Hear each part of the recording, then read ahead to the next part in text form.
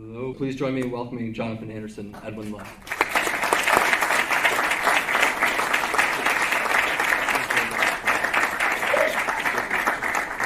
Okay, so thank you very much indeed. I'm Jonathan Anderson, this is Edwin Lowe.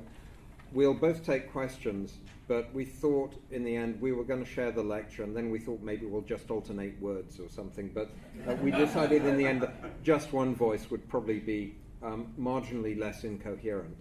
And so, if you'll forgive me, my eyes are fine actually, it's just that my arms are no longer long enough to hold anything where I can read it. It's gosh, what a full house. It's, you know, there's nothing more depressing than lecturing at a university and the first 50 rows are empty and everyone is sitting in the back 3 rows. And so it's really nice that, well, mind you, I think if you all sat in the back 3 rows, I could take some really interesting photographs. But thank you very much indeed for filling up this place so wonderfully.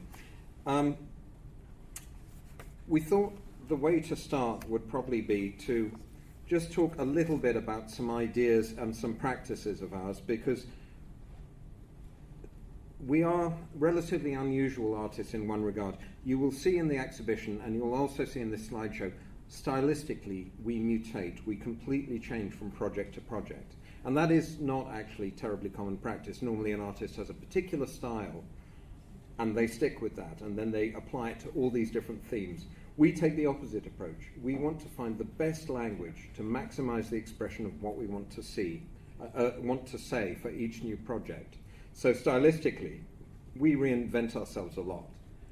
And that can lead to confusion, but actually, if you look at the ideas behind the projects, it tends to be the same things coming back again and again and again. So although we're using a different language, what we're trying to do is always look at these same ideas.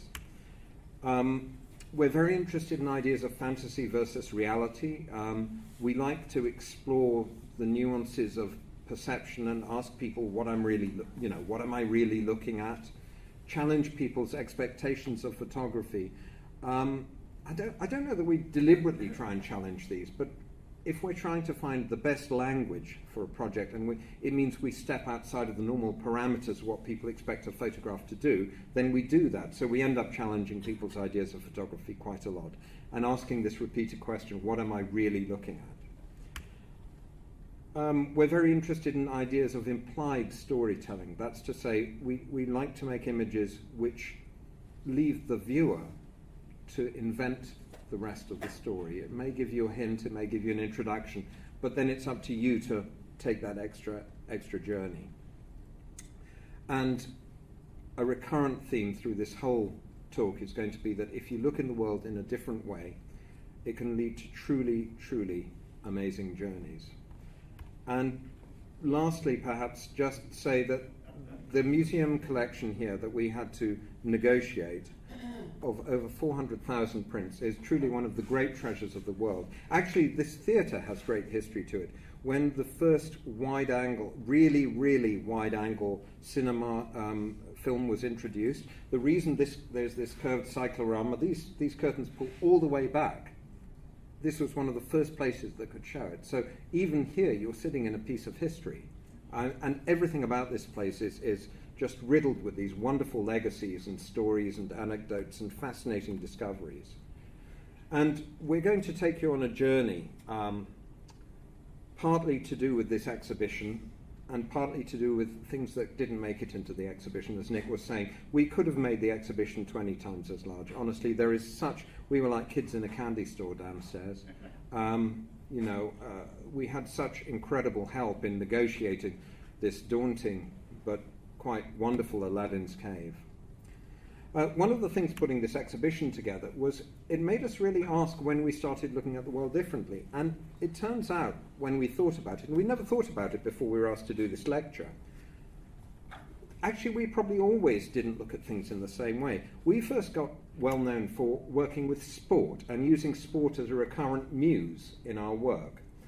Looking at the human condition, look at human hopes, dreams, despair, aspirations, perseverance, endurance, all the things you see in the training halls, not in competition.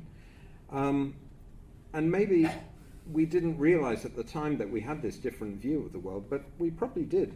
And that's maybe why our sporting work became so well recognised. We were official artists for London 2012 and lots of other things as well.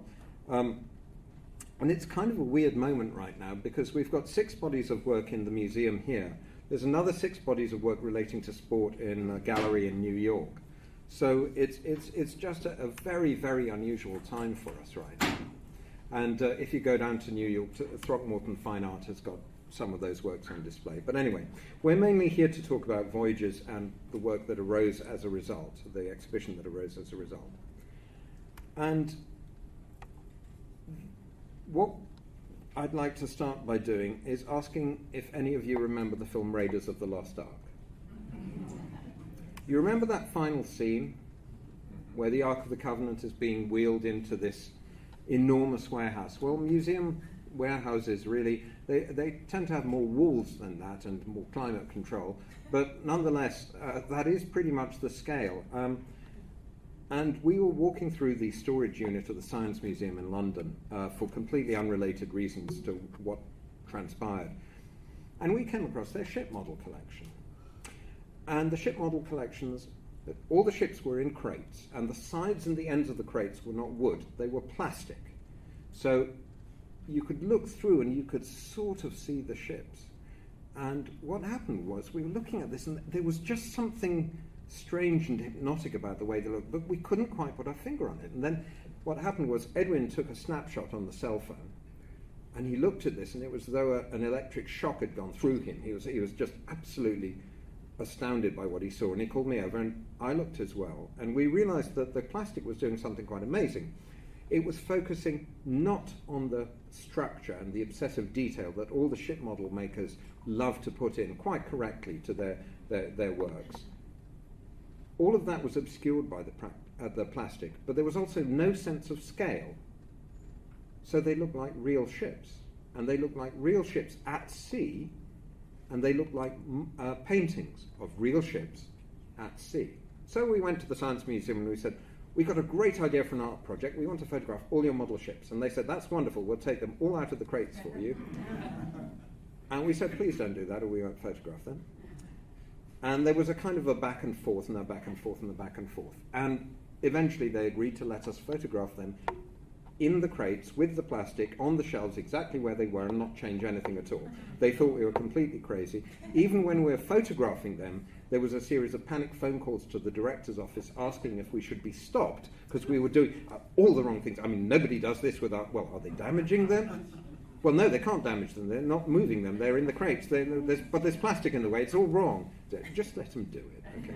You can't really blame them. It is an absurd idea, but as Albert Einstein said, if an idea is not at first absurd, then there's really no hope for it. So the result of this was a series of, and they really don't look like photographs. They do look like paintings. We were obviously, as we were making these, we were thinking of Turner, naturally, Iwasowski, Aschenbach, all these great, wonderful painters. We were also thinking about music, Benjamin Britten, Peter Grimes, Ravel, Debussy, all these people who composed about the sea.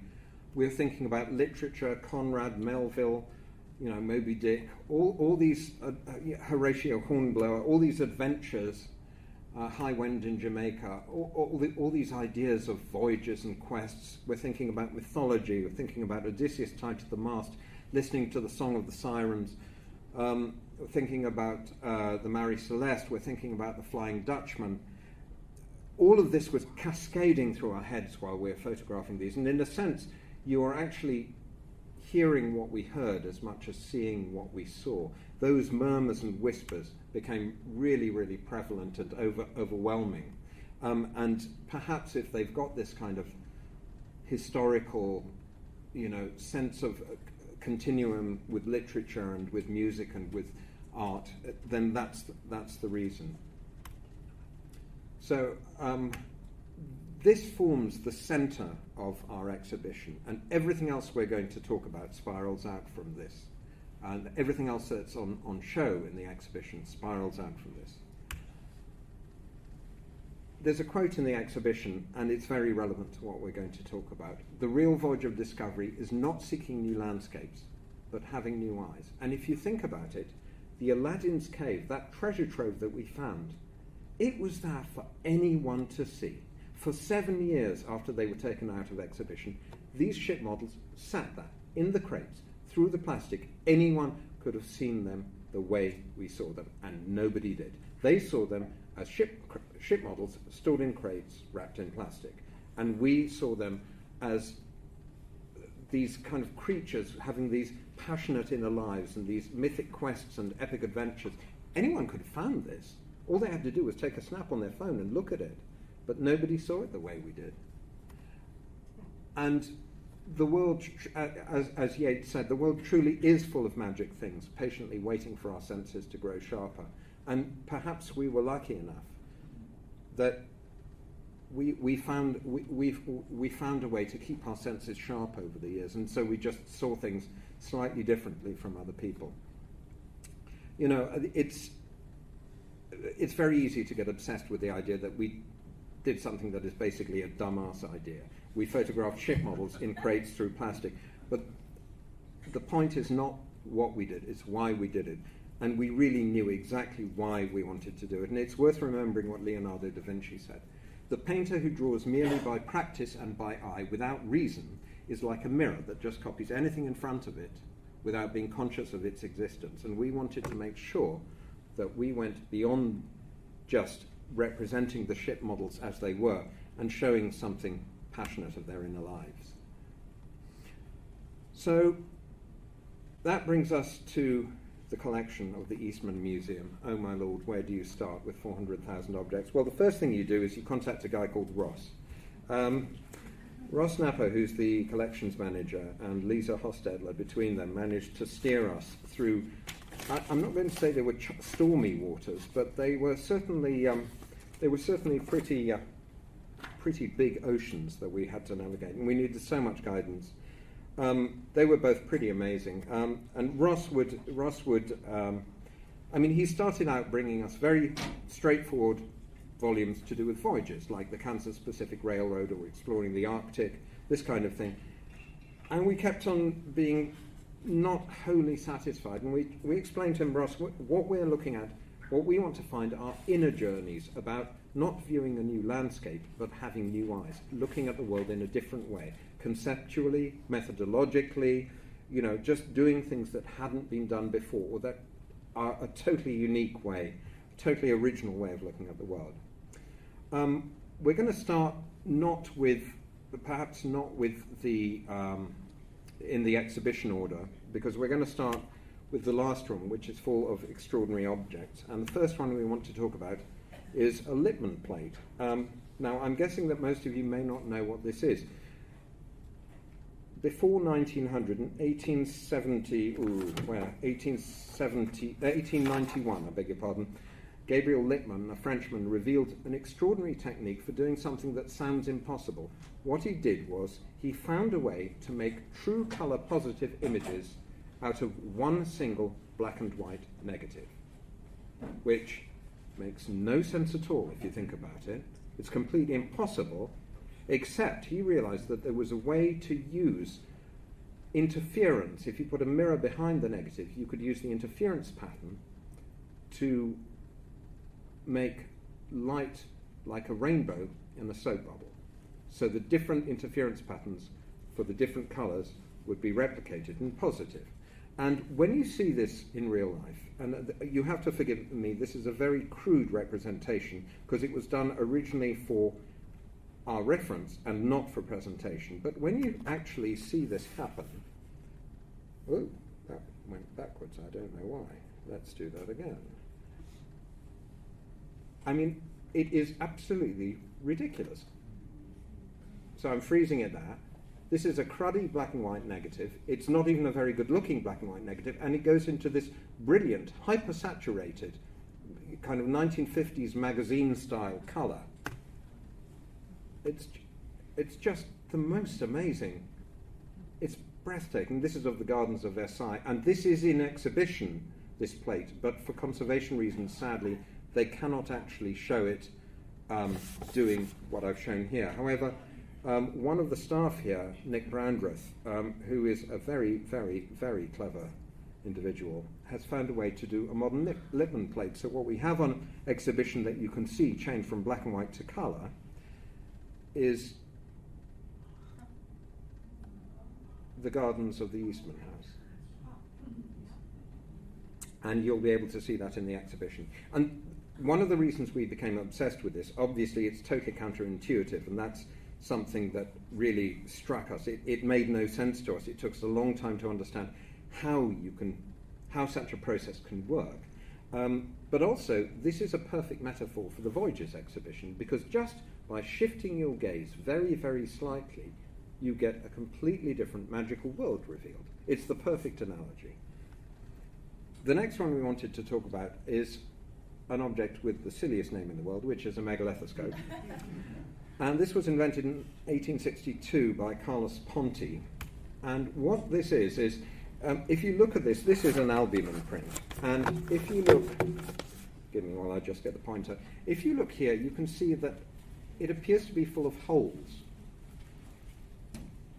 The thing is, that's what it looks like when lit from the front. But when you light it from the back, it does rather change. And this fairy tale world is revealed. I mean, and you suddenly realize that all of those, what look like wormholes, all of these are so the light can come through from behind. And you've got this wonderful painted, but I mean, you know, the whole thing is so fantastical and fairy tale-like. It really is the most wonderful object. And again, it's a wonderful metaphor for the idea that if you look at something differently, in this case, by changing the light source, it reveals this other world.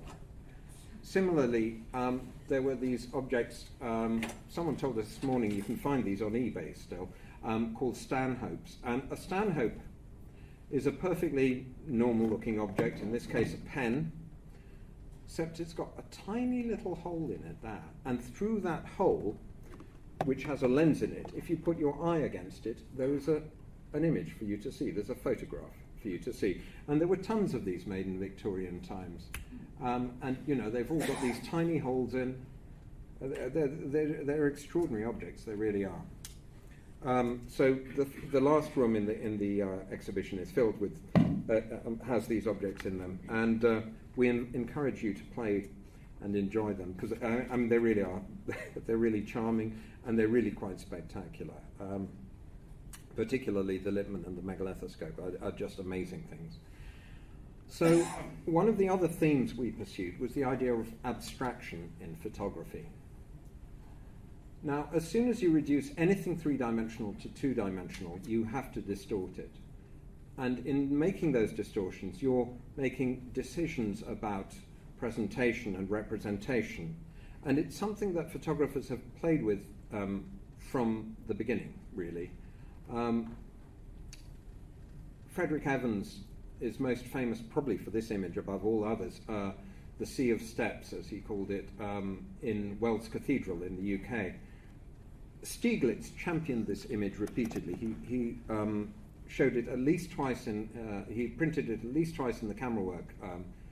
And he was so fascinated by the tonal planes, these kind of changes, which he said completely anticipated the photo secession and all the modern, increasing modernism and the works of Paul Strand and others. And this early representation of focusing in on a part of a building in order to show its true nature or its essence, he thought was highly, highly significant.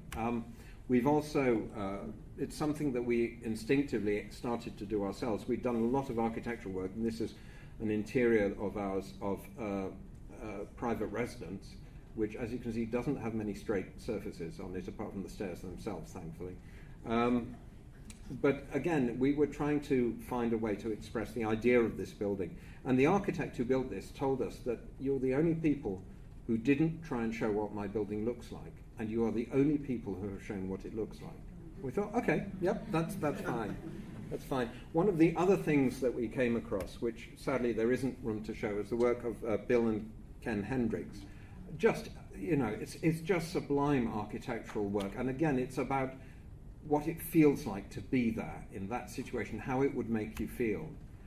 Just magnificent. This was a fascinating discovery, this piece, because this immediately made us think of James Turrell's lithographs.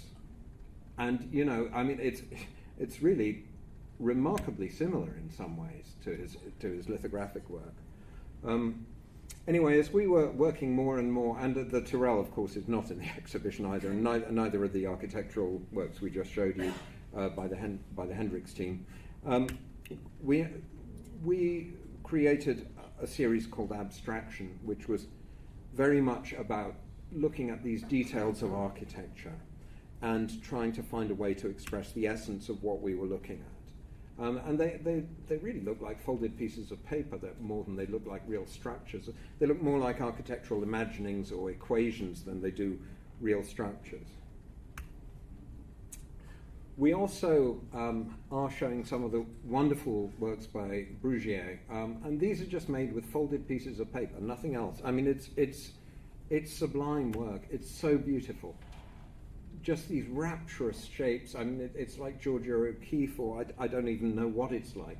But they're so wonderful to experience, and we're very glad to have some of these on show. And it's a really unique way of making abstract work. We also show Alvin Langdon Coburn's Vortographs, and he did this in response to the Vorticist movement in the UK, which we talk a bit more about later in the lecture. And here he's putting prisms and other glass objects and so forth in front of the camera in order to distort the image and provide these dynamic and very beautiful prismatic effects, kaleidoscopic effects. And again, we found that real analogies between this kind of work and some of our abstraction series in terms of the way tonal planes were being used and images were being constructed. One of the other things we're showing in the exhibition are photograms by Moholy-Nagy and Man Ray.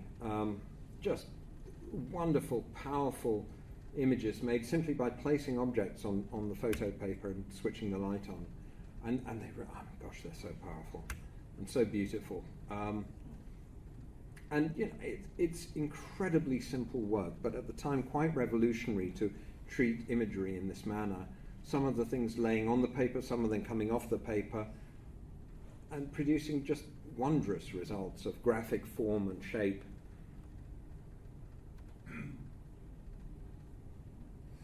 We also, in the same series, and this may surprise you a little, have Gustave Le Gray.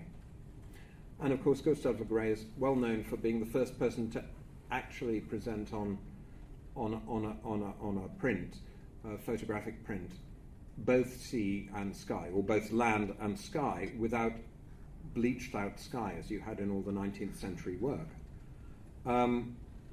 So you know, this is pre-digital manipulation of images by masking out so that things don't get burnt out and so on and so forth. But what interested us about it was how close this was to abstraction, because you really have two tonal planes.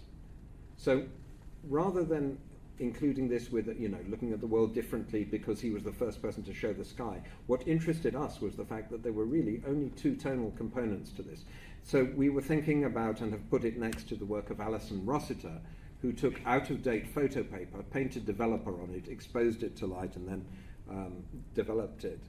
And it made us, and it also made us think about Sugimoto's seascapes very much, where again you have this same division, and beyond that, it actually also made us think about Marthe Rothko's Grey on Black series, and it's, you know, that's a slightly unusual analogy, but we find it an extremely strong one, and maybe that's just because we don't really know our art history properly, and we do all the wrong things, which is how we end up photographing ship models in crates.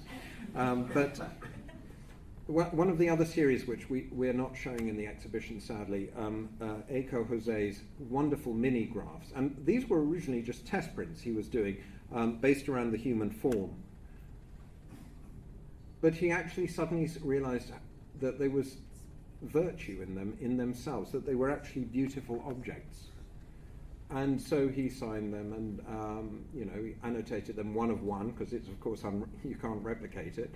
And he made them into works of art in their own rights. And it made us think about, I've just gone the wrong way. It made us think about a series of our own work called, I know this looks like a Hokusai wave, but this is actually the back of someone with a whole body tattoo. And we were looking for a way to talk about memory in photographs. And one of the ideas we came up with was, imagine that you're a bit hungover and you wake up and the sun's coming through the curtain and it strikes your lover's shoulder or the corner of a chair or something like this, and there's a kind of beautiful stillness and mystical resonance to that moment that you remember years later, and there's no logic for it, but it just felt like a perfect moment in time. So we started photographing the human form very close up, like this image of two shoulder blades, and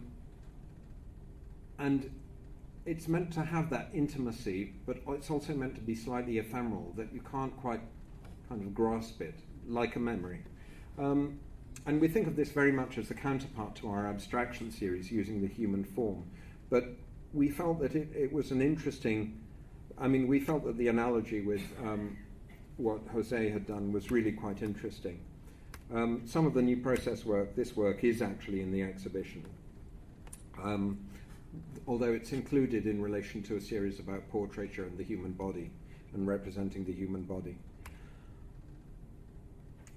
Moving on to more conceptual ideas, Robert Heineken came up with an extraordinary series of photograms, which he then turned into lithographic plates.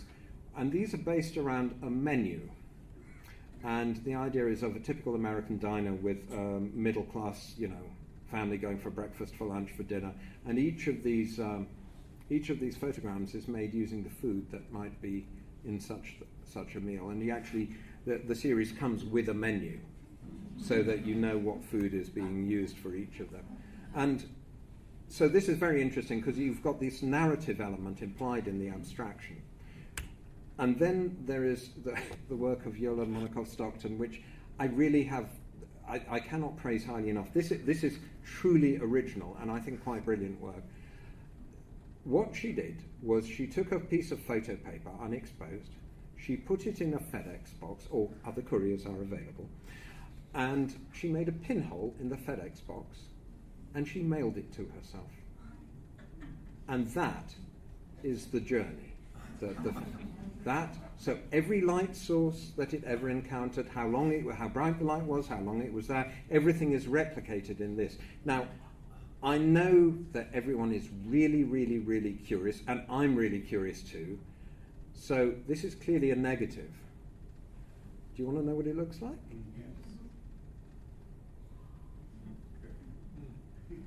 Which I'm sure is heretical in her terms, because she wanted it left at the negative, otherwise she'd have made a contact print positive. But nonetheless, it's quite interesting to kind of begin to, and you can dissect all the light sources it went through. I don't know how many times she did this, because there's an awful lot of different lights there. But, so I don't know whether it was one journey or several. But it's just such a brilliant, this is such a brilliant way to talk about narrative, to show a journey, a whole journey, in one picture, and at the same time it's an entirely random, she has no control over how it's going to turn out. We also looked at the work of Dr. James Dean, no relation to the other Dean, it's spelt differently. And these are footprints in the Connecticut River Basin of dinosaurs. And they're almost completely abstract, but at the same time they have this amazing narrative quality. I mean, you really want, where was this going, And you can quite clearly see, you can sometimes see where they stop or where they turn around, and so you've got this wonderful abstract element, but at the same time you have these implied stories as well.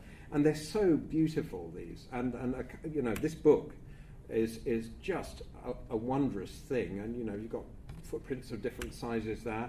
There's a gorgeous, the plates in the book are just wonderful. It was such a privilege to spend time with it. And then we also looked at the work of Len Gittelman, who did amazing serigraphs. These are silk screen prints based on moon images from Apollo 15.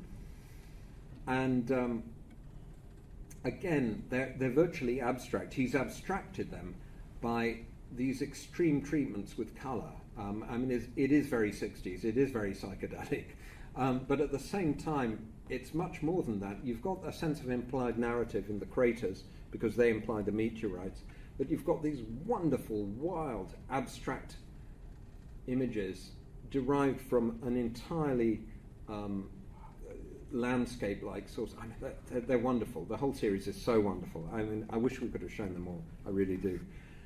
We only had room for one in the exhibition. So one of the things that happened was some of the abstract work inspired us to make new works. So I need to take you through a particular project in order to explain this. So if you remember our Abstraction series, we've got images like this, and we realized we could use these like building blocks to create a whole new universe.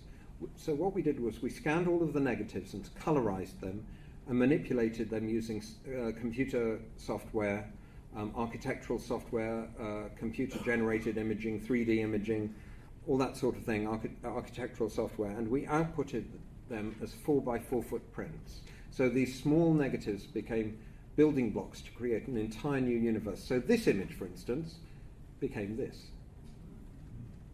But it also became this.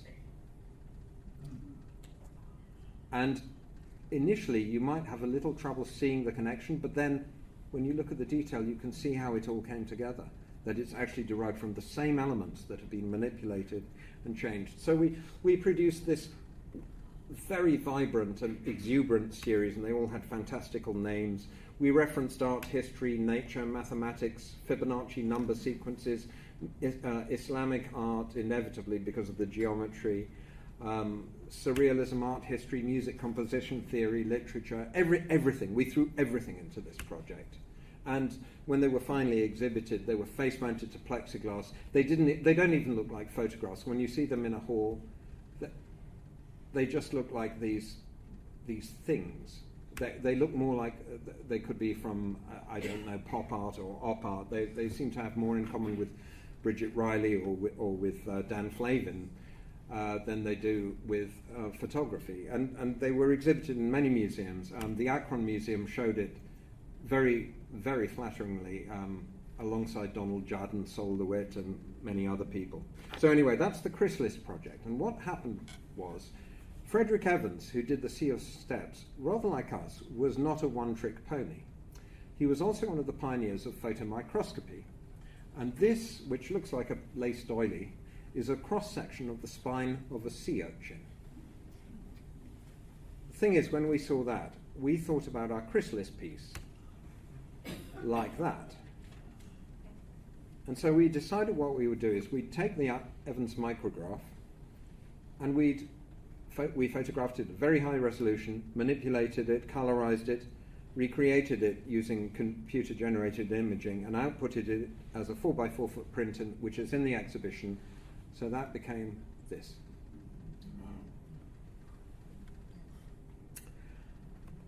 Okay, so we've got this, and we've made a Chrysalis piece out of it, which is Chrysalis being the name of that series. And we decided we should go the other way as well. So if you look at the Evans photomicrographs of, spina vicinus, lots of sea urchin spines. He seems to like them a lot, actually. And he's got these small prints, and he's written what they are underneath. So what we did with 10 Chrysalis pieces was having made them 4x4 foot prints, we then made them 5-inch salt prints, which we did here because this is where you come to do and learn salt printing. So Mark Osterman downstairs was our mentor for that. And so you'll see in the exhibition that we've taken a number of these Chrysalis pieces and we've turned them back into salt prints. So having taken the 19th century and made it 21st century, we've now taken our 21st century and turned it back into a 19th century process. And we're really happy with the aesthetic of this. It involved a lot of recalibration because obviously if you've got a shade of blue and a shade of red and they're kind of similar, they'll look different in a color print, but in black and white you can't really tell them apart. So we had to recalibrate the images a great deal in order to make these work aesthetically.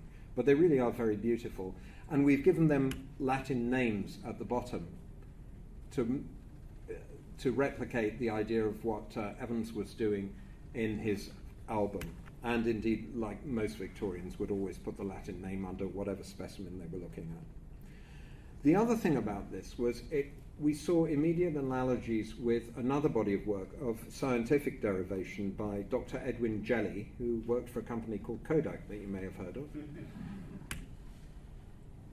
And so, and these were originally autochromes, but they have replicas of the autochromes that are illuminated, so you can see them next to the Chrysalis salt prints and also next to the Evans micrograph. I mean, these were very this is 1930s. This isn't recent. I mean, for its time, this is really cutting-edge stuff that they were doing. It's just wonderful, very, very beautiful work. And it also highlights, incidentally, something we care about a great deal, which is the artificial schism between art and science, which we think is completely ridiculous and we don't take any notice of. And you've probably realised from the way we're talking about work that we're just jumping back and forth between what would constitute art and what would constitute science, and we don't care. We really don't care at all. And we encourage you to lose those shackles, because we think that, otherwise, what kind of person would go, what kind of artist goes to the storage of the Science Museum and looks at their ship models? I mean, that doesn't sound very promising at all. So, it worked well for us, I must say.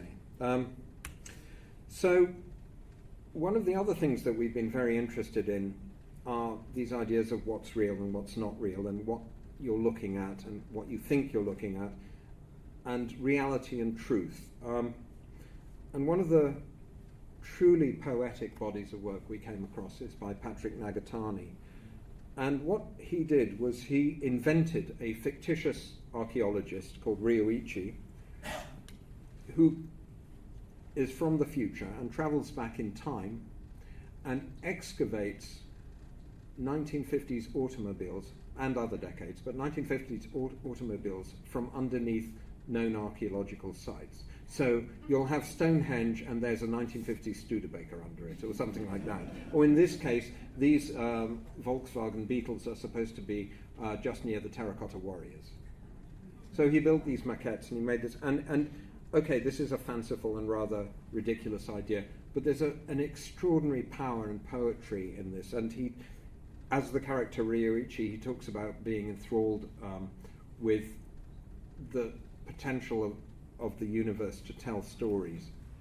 And they're just glorious. This one, I can't remember where that is now. But they're just beautiful, beautiful work. So we have 4 of these on show, and we're also showing work by Laurie Nix, who builds these wonderful maquettes, slightly disturbing maquettes, I have to say, which appear to be some kind of post-apocalyptic landscape. So, and there's the one we have in the exhibition is of a laundrette, which looks like there's just been a nuclear holocaust or something. But she photographs them as though these are real buildings. And you've no way really of knowing, because they're done in considerable detail. You really don't know that these are just tiny, dioramas that she's produced. One of the other projects that we did, and we saw an immediate relation with Laurie Nix's work and with the Nagatanis, was to do with James Bond. The reason Bond movies feel weighty and real is because they don't really use so much computer work as other films. They build stuff, and they build it big, and they build it in obsessive detail, and it's all fake. And even as the sets are built, they're already scheduled for demolition, which is quite a thought, actually, given what they're doing. So this, which is the Palazzo in Rome, now if you look at this, what you've got really is a trompe-l'oeil ceiling turned upside down. So if you think about trompe-l'oeil ceilings, you've got these wondrous illusions going up into the heavens above a real room. Here, you've got the exact opposite. That ceiling, with all the lighting rig and the bare sound studio, film studio, That's the reality. All these columns, all the floor, all the marble, all the chairs, everything is fake. The only thing that's real is the ceiling. So we've taken that idea and turned it upside down.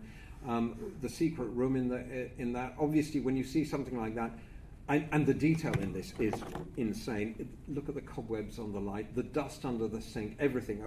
We couldn't show all of these prints in the exhibition. There isn't room. But for this, we're thinking about things like Dutch masters and, you know, these interiors. And obviously you can see analogies for the way that it's lit and the way it's constructed to that.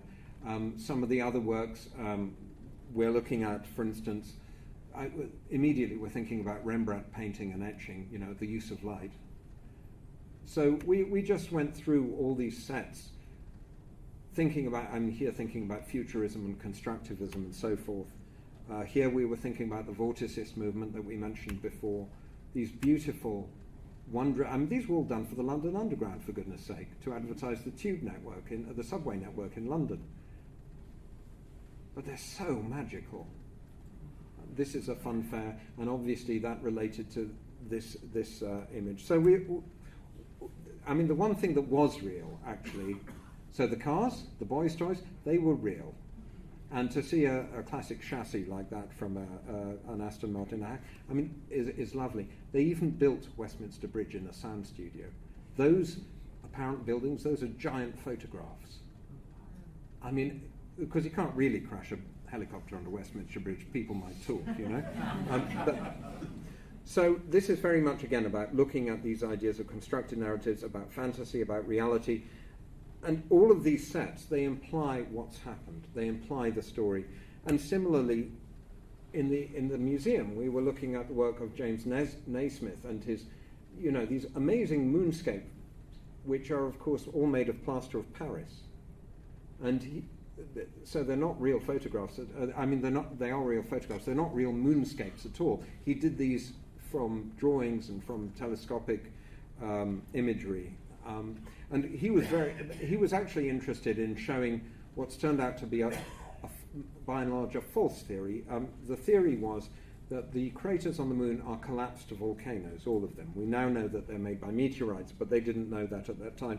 And he was talking about, and this is actually the plate we have on exhibition, he was talking about how substances change, how structure changes with dehydration and with age. So he has this extraordinary plate where he's comparing the back of an elderly hand to a dried up apple.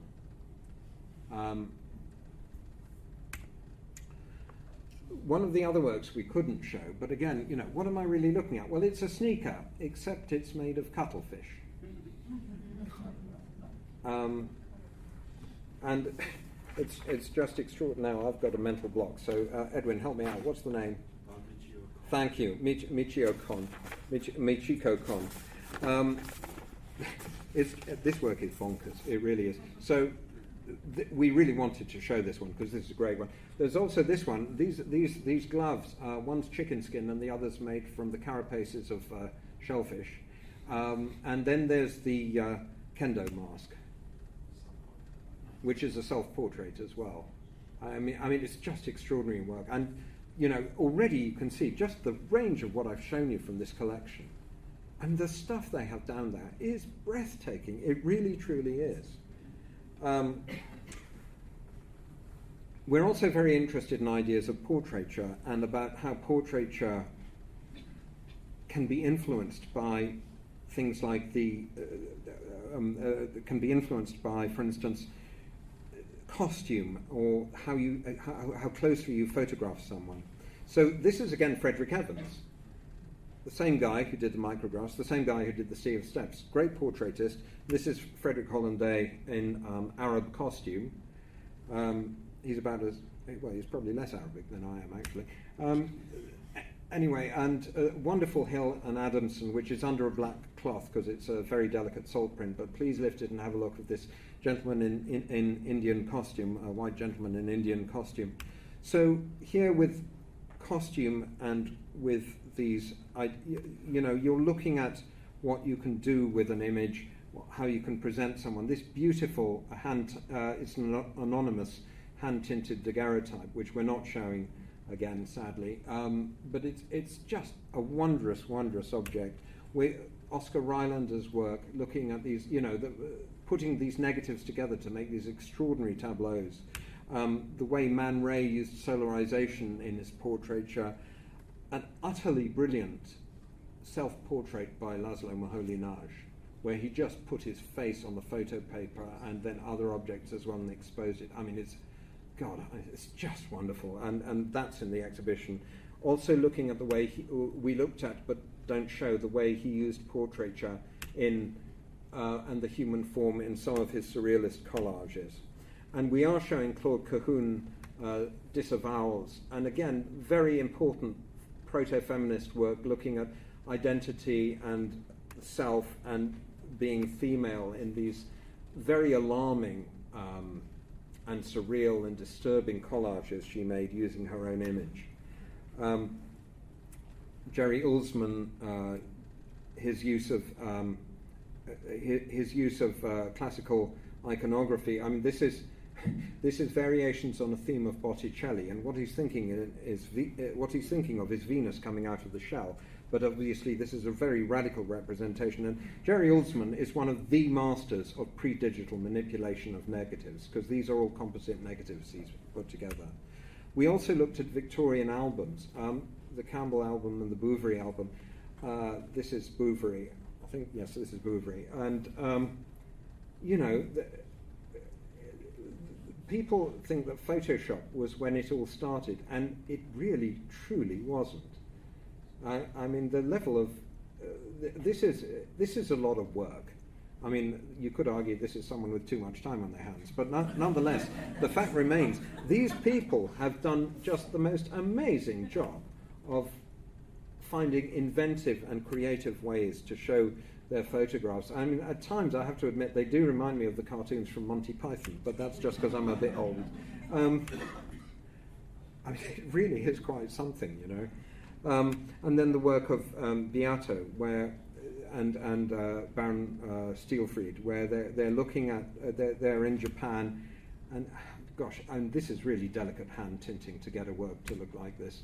But they're photographing these people in kind of Japanese or Asian scenarios against backdrops and tableaus. And this reminded us of our Manga Dreams series very much, which we're showing next to it. And Manga Dreams is about looking at the world in a different way. We were in Southeast Asia in 2004, 2005, and the kids were suddenly having really spiky hair or hair flopping across their faces so that they can't see where they're going. And we realized that this was the influence of Japanese comics on youth culture. And that was really interesting because, firstly, it's the first time in 100 years a visual art form is influencing youth culture. It's always music, jazz, rock and roll, the Beatles, grunge, psychedelia, punk, you name it. It's always the music that drove the visual art, the styling. And suddenly you have a visual art form influencing youth culture really in an extreme way. It's also about the fact that the Asian kids are no longer styling themselves on the West anymore. They've got an Asian paradigm. And in fact, the Western kids are styling themselves based on this more than the other way around. So the flow of influence has gone the other way. It's about contemporary dysmorphia, the fact that Seoul is now the plastic surgery capital of the world. And you go to South Korea and you'll see the most beautiful boys and girls you'll ever see with these perfect faces. And then you just wonder what's going to happen when they have kids. Because none of the kids will look like either of them. So we were thinking about all this stuff, and we decided, so we headhunted kids from shopping malls, and we said, look, we're going to take you into a studio. We have this idea for a crazy art project, and we can promise you three things. One, it's a big project, and we can't afford to pay you. So either you're in or you're out, no discussion. And they said, okay, we're in. Two, if this project works, you'll be in a book, and you'll be in museums. And that's not bad, because that's a tiny slice of immortality. So there are worse things to aspire to. And the third thing is it's going to be fun, because life is way too short for a bad day in a photo studio. And so, these are the results. And again, they don't really look like photographs. You can see it's real because you can see every crease, every skin, every nail imperfection, the blood vessels under the skin. But it's real, but it can't be real. But it's real, but it can't be real. But it's real, but it can't be real. And again, it's teasing at your expectations of a photograph. No other visual art form has so much baggage as photograph. Everyone assumes this stuff about it being real and what it's showing and stuff. Just lose all that, because none of that matters. The only thing that matters is what you do with it. Nothing else matters at all. And one of the interesting things actually about this, and we thought about this a great deal, is the parallels between manga and Japanese woodblock prints. So this is by Yoshitoshi, and we came across, we hadn't seen this before we did the photo, we came across it a couple of years afterwards. But it's yeah, okay, we know we're deriving it from the same source when we see something like that. So originally they were all going to have these very dramatic tableau-like backgrounds, and we have left some of them with the tableaus. But, and this is the one that's in the exhibition downstairs, or just across the way.